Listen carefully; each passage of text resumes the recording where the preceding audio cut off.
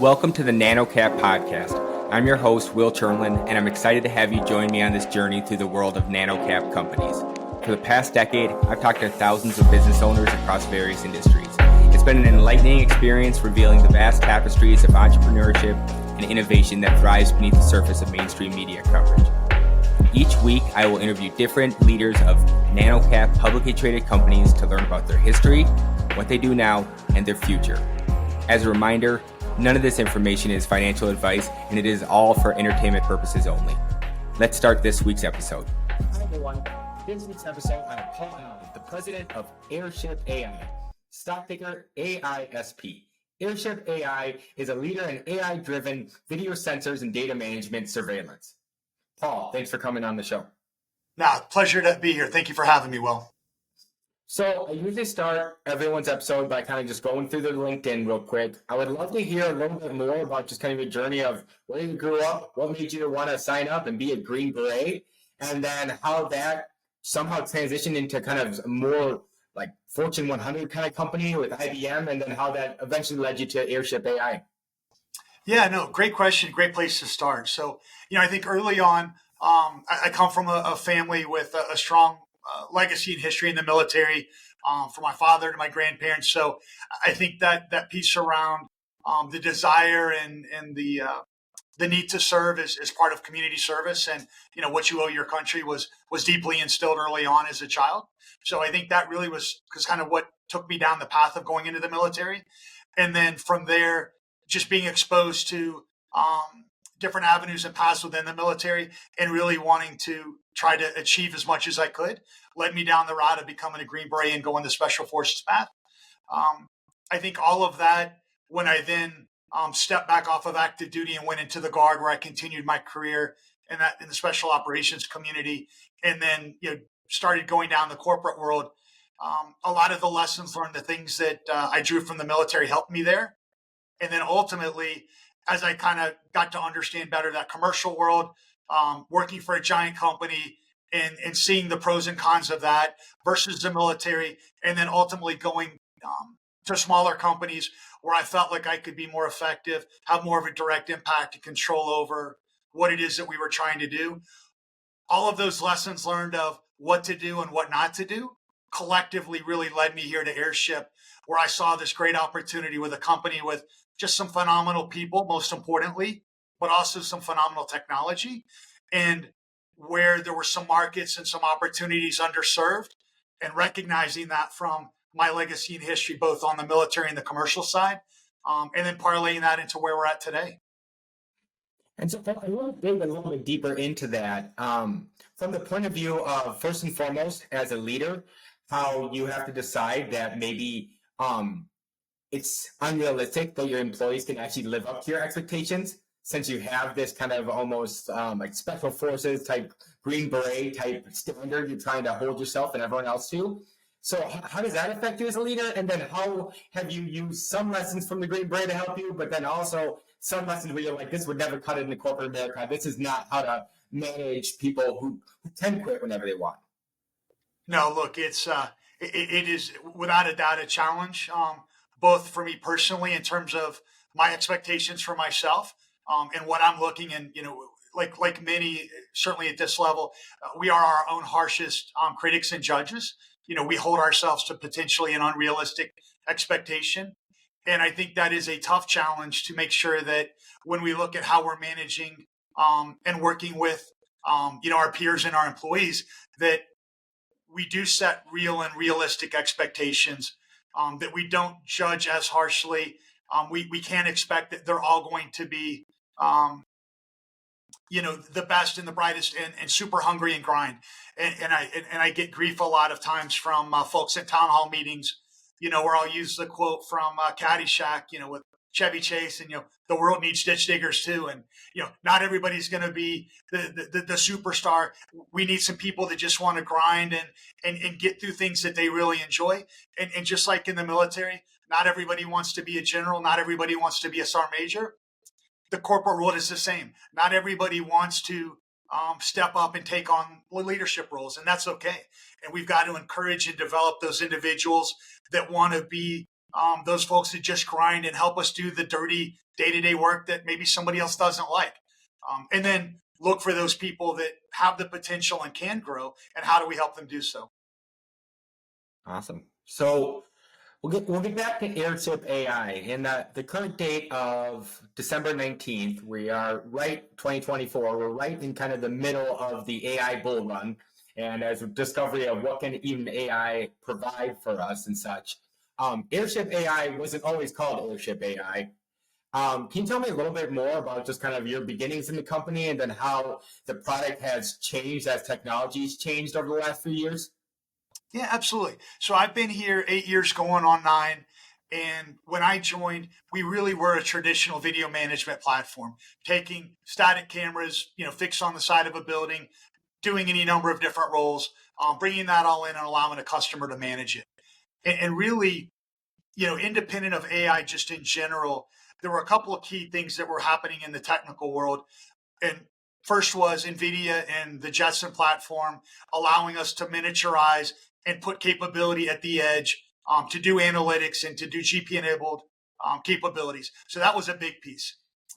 The transition to 5G, allowing us to move more data, structured and or unstructured, from the edge and getting it back to where it needed to be, was also significant. And then advancements around whether it's large language models or TensorNet and some of the other ways that we can do AI.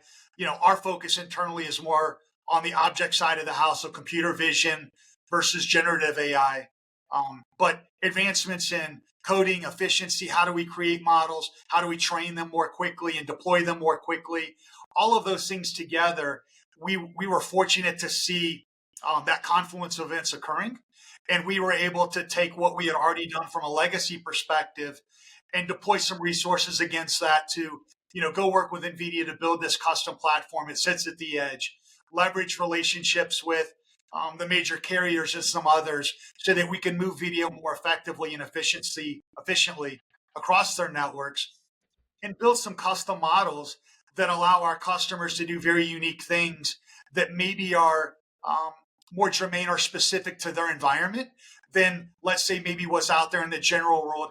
If I look at like traditional COCO models or libraries, it's, hey, that's a boat. But maybe I want to be more specific to inboard versus outboard, cuddy cabin, fishing boat, go fast, etc.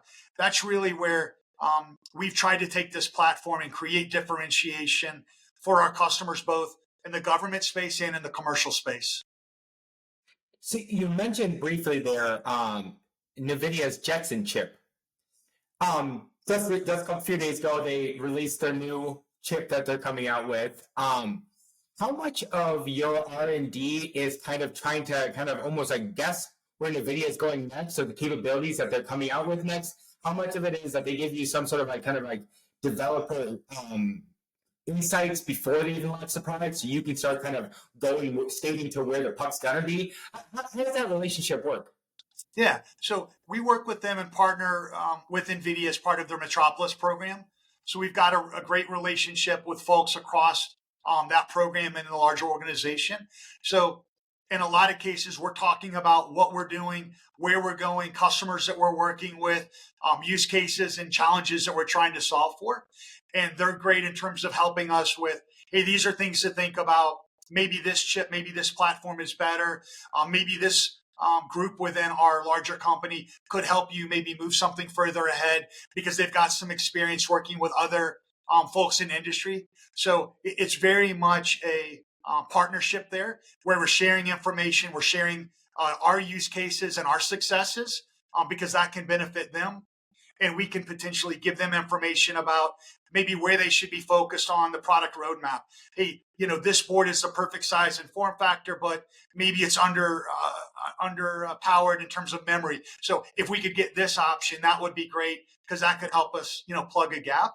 But ultimately, at the end of the day, and I think this is generally true across most of the deployment scenarios for AI, technology is moving faster than our users and our use cases.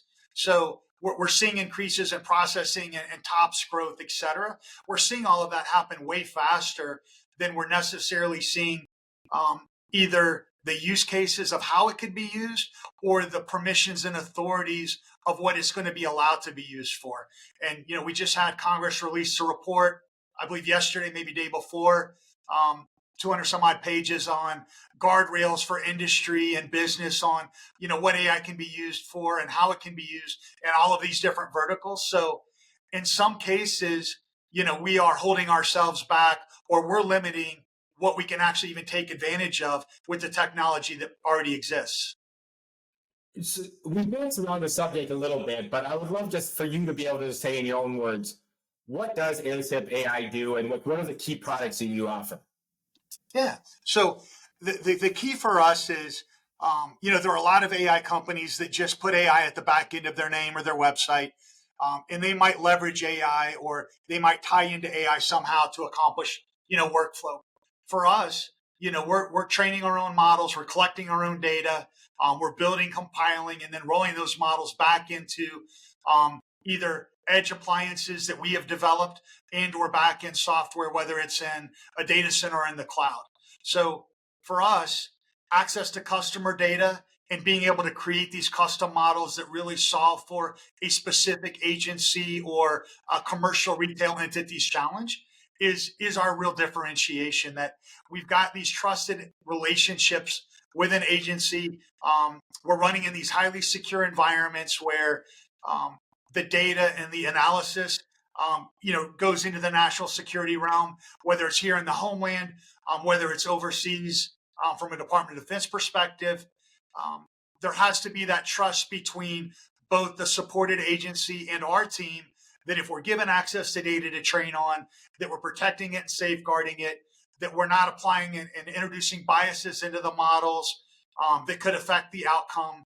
So most simply, if we think about things that we can do, let's take a common one that's well known, license plate recognition. So that's easy. So I can read license plates, on cars driving down the road, but I could maybe also do the make, model, color of the vehicle and the country and the state of the license plate. So if maybe I saw the white Ford Bronco, but I didn't get the plate, now I can go search on a white Ford Bronco. Then further, I could say maybe only when I see white Ford Broncos do I want other things to occur. So really, AI, from our perspective, is just another set of eyes on a video stream. And it's creating efficiency for our customers such that they don't have to have people staring at a screen. AI can tell you, hey, instead of watching 100 traffic cameras, you tell me what you want to look for. I'll tell you when I think I see it. Then you put eyes on it from a human perspective. You say, yes, that's actually the vehicle, the person, whatever the object is I'm looking for. And then I make a decision as a human as to what to do with it. And that's what allows us to further take out, the chances of a bias driving a behavior, because there's still a set of human eyes that validates that AI has done what it was supposed to do. That's really what we see as our differentiation and value add for the customers and the markets that we serve.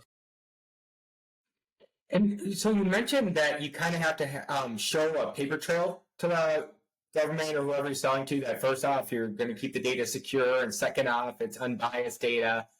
Is there, like, pardon my ignorance, but is there like a SOC 2 report in a specific way that you can like show that where the funds linked to in AI? Or is it kind of a black box at certain points and you just say, hey, we promise that we're just going to keep your data safe? Or like, how is that even done? Yeah, look, I mean, it runs the gamut in terms of the different security accreditations for things that we have to hold as a company.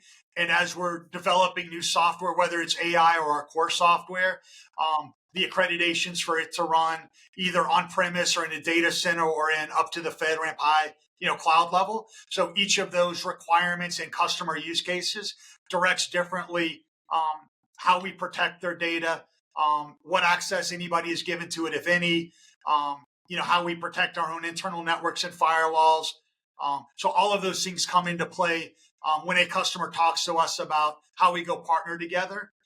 And that can include not just physical security, but it's the virtual security, and it includes clearances for individuals where we might be given access to data that could exist at the secret or above level. As I'm doing my research, I keep coming across like PR Newswire and different articles about how you all are signing contracts to protect the border. Or I think I read one that you're signing a contract with some corporation to protect their like shipping and such. Can you tell me just a little bit more about just like the specific use cases of why someone would sign up for you all? And then how it's different between what you're trying to do to like protect the nation opposed to maybe just doing asset protection or not even doing that of just doing like forecasting and trying to figure out how much inventory is coming in now. Yeah. So what we found, generally speaking, is that this the similarities between different verticals and customers is typically much greater than an average individual might assume. So the sensors and cameras and capabilities that a government agency might be using to look at the border, for example, may not be dissimilar to those that a commercial entity is using to manage a freight yard. And a radar, a camera that they're using to detect that somebody's jumping a fence or throwing a package over a fence, or other things of that nature. So the use cases we typically find can be very similar between a lot of these different agencies and entities.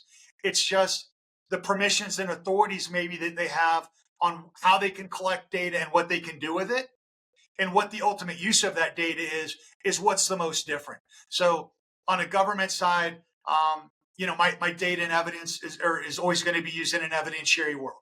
Where in the commercial space, it may not be. This may be for public safety or employee safety, but could eclipse and be given to law enforcement if it's an individual I detected carrying a gun, onto my campus. So understanding how to break that down and to segment out the different data flows so that only the right people get to see the right levels of data, so that every, security individual can't have access to the license plate recognition system, so that, use the common, concern over that they're not putting, a partner's license plate in there to track, what their partner does.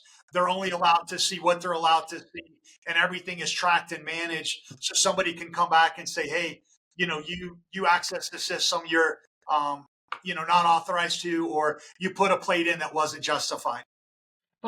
Hey, do you have kind of like almost like a delay then in your training where you say, hey, we're going to let people go through and take the video for training data a week after it's already happened, so we know that it won't be any interference or funny business? Or like, how do you handle the security and like the AI tagging and training? Yeah, so when we do that, and it could happen in a multitude of ways, it could be rendering a video where we're going to extract out or blur out things that are not important, or we're using privacy masking to hide other things that we don't want to get dragged into the model. So there's a lot of tools that we have at our disposal to help us make sure that when we're training a model on whatever that object or item of interest is, that we're really just training on that, and that we're extruding out any ancillary information that could affect the quality of the model and or potentially introduce bias. So there's software tools and other capabilities that we have that we leverage to do that. And then we also, when we then look at when we train and how we train, and when and how we make data available to others, whether it's from an evidence, if it's going to court in the judicial process, or some other purpose, then yeah, we can set timers for how long data is going to be made available, how quickly it gets deleted, how long users have access to that, or maybe they don't get access to it until, to your point, some certain period of time expires. There's lots of different ways that we can allow customers to create very detailed parameters for their users and user groups on what they're allowed to do, when they're allowed to do it, and how they're allowed to do it. That is the number one thing that we typically work most closely with customers on, is ensuring that even within their own organization, that the privacy of data, especially when there's PII data involved, is very closely managed and monitored. So the stock is doing amazing this year, especially since the election, with Trump policies probably going to have an emphasis on protecting the border and such. Walk me through what it's like at the office, what it's been like day by day, honestly, since like the Biden-Trump debate. And if you started kind of planning then, if ramping up efforts, getting ready for what's going to happen, and then the election day, and then the day after election, if you're just making a bunch of phone calls, like just going to walk me through how it's been. Yeah. So if we look at it from a company perspective, and this is really core to going back to your question around managing our people and keeping people focused on what we're trying to solve for. Regardless of your position from a social perspective, et cetera, on the migrant crisis and the challenges associated with it, our view is the reality is people are coming across the border every day, and that's going to happen regardless of the administration. And they need to be treated fairly and humanely. And video can be that ultimate differentiator on, hey, I don't care, ultimately what color you are. I don't care what you're wearing, where you came from. I'm just recording what's actually going on. And then somebody else is going to come in and say, did I or the other person do something right or wrong, and what actually happened? So video is that great platform that allows you to, arguably on both sides of the coin, cover your own butt. Make sure that.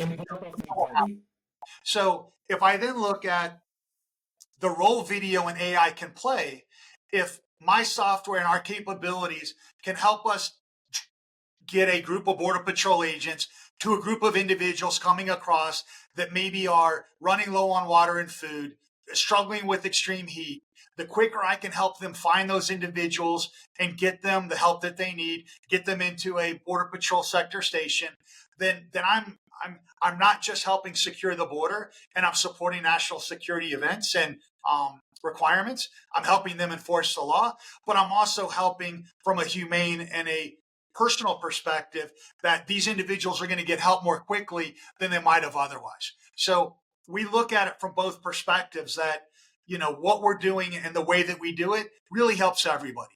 And if we look at then human trafficking and fentanyl and things of that nature, these are things that, generally have good bipartisan support. Everybody believes we need to be helping people coming across the border. How we do it and what we do with them once that's done, that's for politics to decide. So it's easy to keep our team excited and focused on these challenges we're trying to solve for, because there is the human element. And that's critical to, an employee base where, not everybody's going to agree with what law enforcement or the federal government or some other agency or entity is going to do. So the way we work around that, we keep everybody excited and focused, is we keep the human element at the heart of everything. And that goes back to reducing biases and removing biases so that when we put our technology out there, we're comfortable it's going to be used in a right way. So if I take that assumption of the problems we're trying to solve for having good bipartisan support, and now I overlay the excitement around the incoming administration and their stated focus on the digital wall, the physical wall, then that's just a natural parlayer or multiplier for the things that we're already doing that had bipartisan support before. So lots of excitement. The nomination for the head of Border Patrol or for the head of CBP, Mr. Scott, long tenured individual. We think he's going to be a great fit. An agent's agent, understands a lot of the challenges and problems. So somebody that's going to be able to work very easily with the new administration. The borders are Tom Homan. The borders are down in Texas, Mike Banks. We've got a better relationship there because it's been a longer standing position, but we're absolutely working with or communicating through the agencies in these groups to make sure that these individuals know the capabilities that we can bring to bear to help them with what we believe are the tasks and mandates that they're going to be given, once the transfer of power occurs.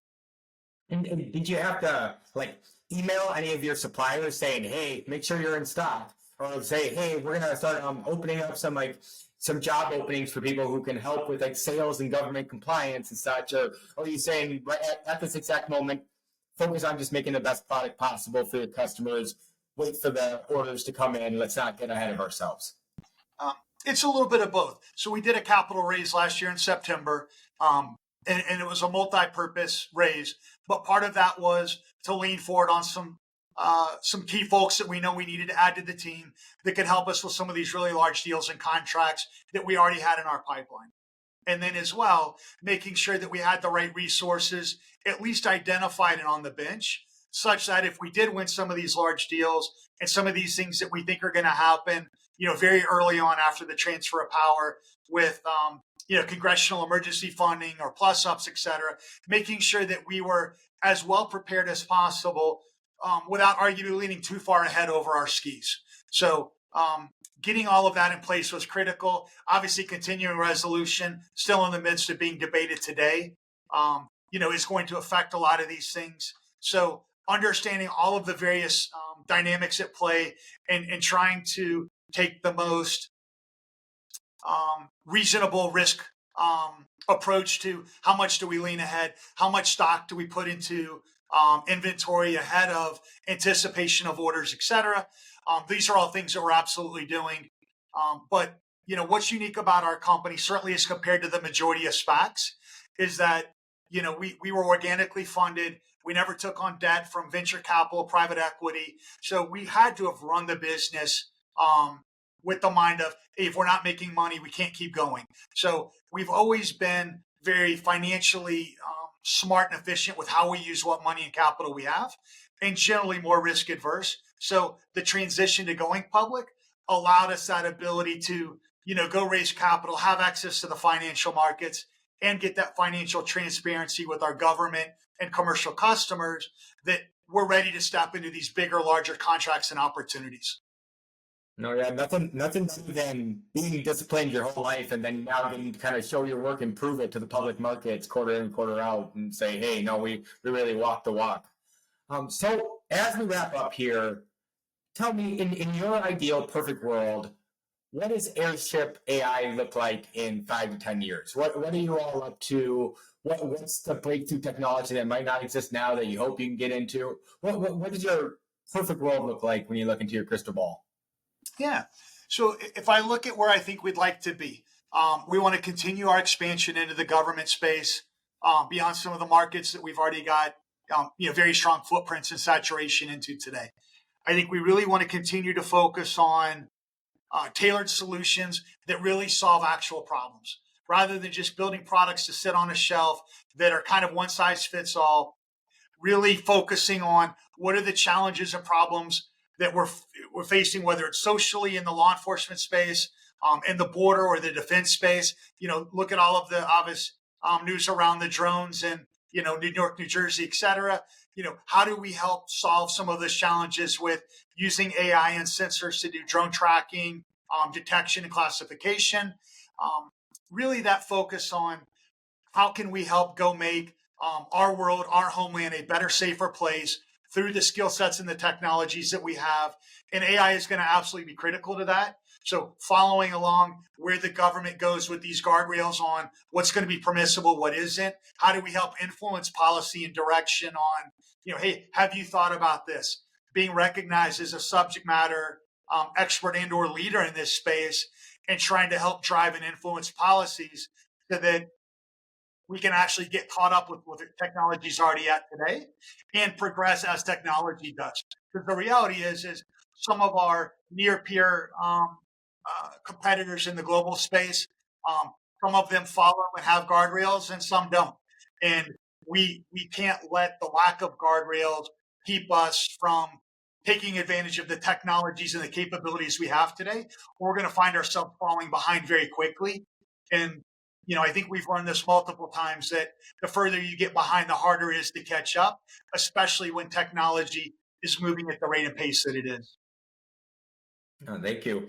Yeah, I usually end it with asking someone what gets them excited, what gets them out of bed about the company in the morning. But with your military service background combined with now, like you said, the drones, the border, the AI, you have all the tailwinds behind you. It seems pretty obvious what could get you excited about the company, especially the last few years. So I'll keep that to myself. So if people want to learn more about Airship AI, what you all do, where should I send my audience? So first, our website, AISP.ai, a great place to start. So we've got good overviews of the product and some of the capabilities that we have.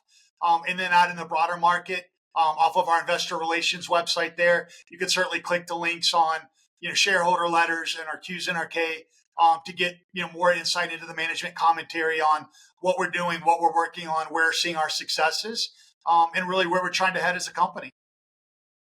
Thank you so much, Paul, for first and foremost your service, and then for coming on the podcast. For those of you still listening, please remember to subscribe and review. Thanks. Awesome. Thank you, Will. This podcast is for informational purposes only and does not provide financial, legal, or any other advice. The information is not investment advice or any offer to buy or sell any securities or to make any investment. The views expressed by the guests are their own, and any reference to third-party products, services, or information is not constituted therefore by Nano Podcast or its affiliates. The Nano Podcast express disclaims all liability for any